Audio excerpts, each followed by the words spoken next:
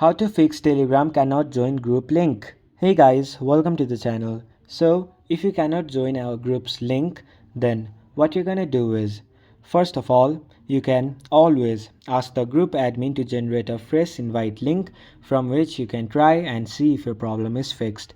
The next thing you can do is check if your group limit has been reached. So Telegram restricts the account having 500 groups joined. So Telegram restricts the account from joining any groups if they have joined 500 groups. So you can leave the groups you no longer need. And the last thing you can do is you can clear the cache of the Telegram application.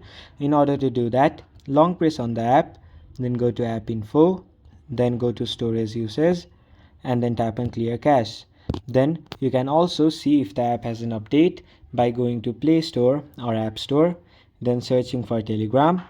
As you can see, mine does not need an update, so you can update it if there is an update, and also you can try reinstalling the app.